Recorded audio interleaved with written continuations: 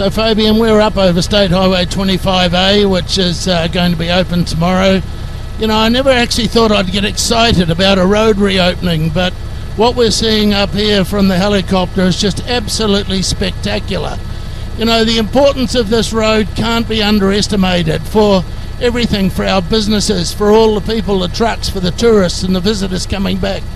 And what we're seeing here is pretty much, it's amazing. The thing that struck us first was that all the road remarking has all been done right along the entire length of State Highway 25A, but there was just nothing quite like the view when we came up over the top of the hill at about 500 feet to see the bridge, the Tapahari Bridge, which is just an incredible structure, which is, just really capped off getting the road reopened.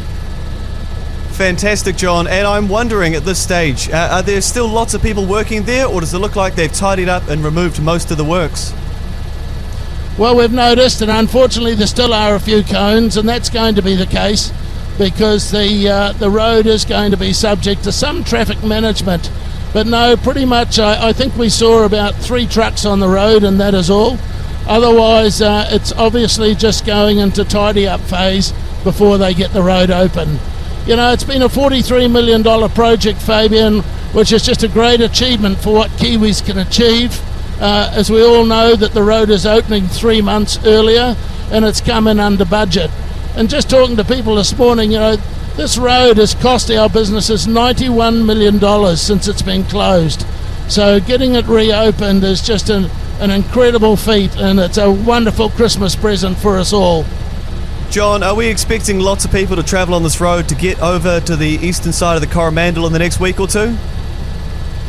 I would say, Fabian, look, you know, as we said, there will be a sort of a soft opening tomorrow, but then, you know, we're expecting 300,000 people onto the peninsula between the 26th of December through until the 3rd or 4th of January. And a lot of them are going to come via State Highway 25A. What I'd like to talk about is just some of the work that's actually been undertaken on the road. When you're coming up the road from the Hikawai end, obviously you go across the Tairua River, just past Puketui Road, and you can see there where there's been some new bridge work done. As you continue up 1 ton straight, it's quite amazing. Everybody will know the huge slip on the left-hand side as you come to the end of the straight. That has all been cleaned out. And then as you carry on east, there is another which has always been a really damp area on a large sweeping corner. And there's a massive amount of cut that's been done there. The water is still coming down, but you can see that they've really tried to stabilise that. You go around the corner then and then off over to the bridge. So, you know, those are sort of the main work areas.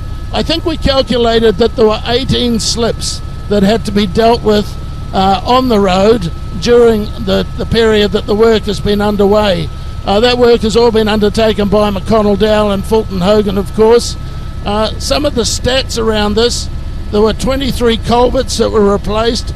There was 11.5 kilometres of side drains that had to be replaced. 7 bridges have been strengthened, and there's 6.6 k's of new seal. They haven't sealed the entire road, obviously, but there are large portions of it which actually have been replaced. John Ferrier, this is an incredible feat that's been done. And again, you mentioned that it came 3 months early. How did it come about that they managed to get it so rapid? Well, you know, there's a lot of luck that's happened with this project, and just sort of going through some of the background detail last night, I can remember that Whakakotahi were talking about the bridge where they were able to access parts of the what is a 120 metre long Tapatarahi Bridge. Some of those parts came from places like Tauranga and Hawke's Bay, so there was some luck that they were able to get infrastructure and equipment that they bought in from other projects. But really, you know, you've got to put it down to the guys and the girls that have worked on this road. They've done 24-hour shifts throughout the project so that it would be open for Christmas.